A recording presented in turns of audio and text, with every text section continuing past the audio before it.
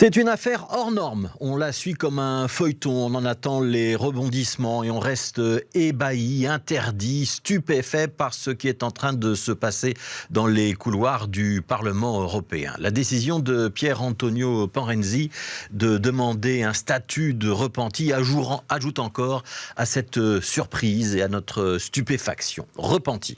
Le mot fait immédiatement référence aux grandes affaires criminelles, à la mafia italienne, aux enquêtes tentaculaires qui débouchent sur des procès hors normes. Ça donne une atmosphère de règlement de compte, de trahison, de milieu mafieux.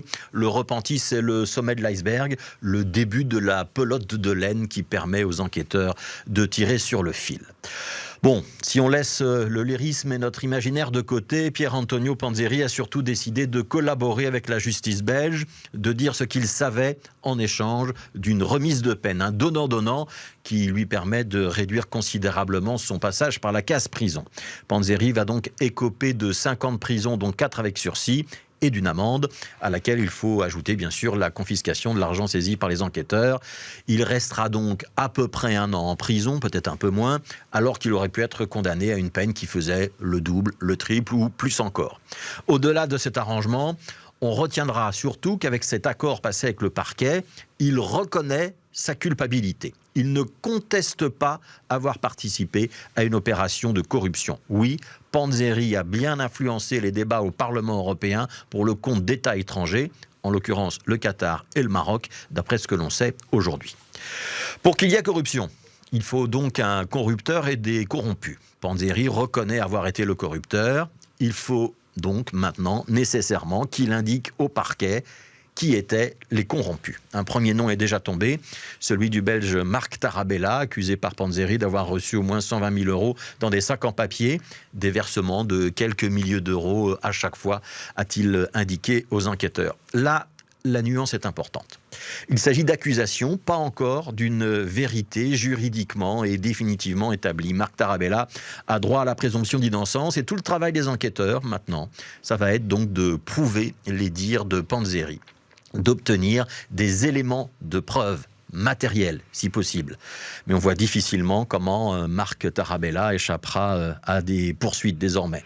Il y a en revanche une élue qui a pu pousser un ouf de soulagement hier, c'est Marie Arena, on la savait proche de Pier Antonio Panzeri.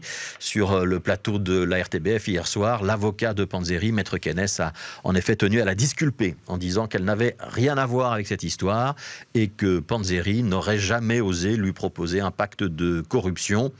Là aussi, les enquêteurs vont devoir s'assurer que le repenti dit effectivement la vérité. Un repenti, de l'argent liquide, des sacs en papier, des interventions plus ou moins douteuses dans les débats parlementaires qui auraient donc pu être manipulés par des États qui sont parfois plus intéressés que nous à ce qui se passe dans les travées du Parlement européen, des traîtres, des vertueux. Depuis quelques semaines, on a l'impression de se retrouver dans un roman de John le Carré. Tous les ingrédients sont réunis pour être dans une histoire rocambolesque qui est à mi-chemin entre le polar politique et le roman d'espionnage.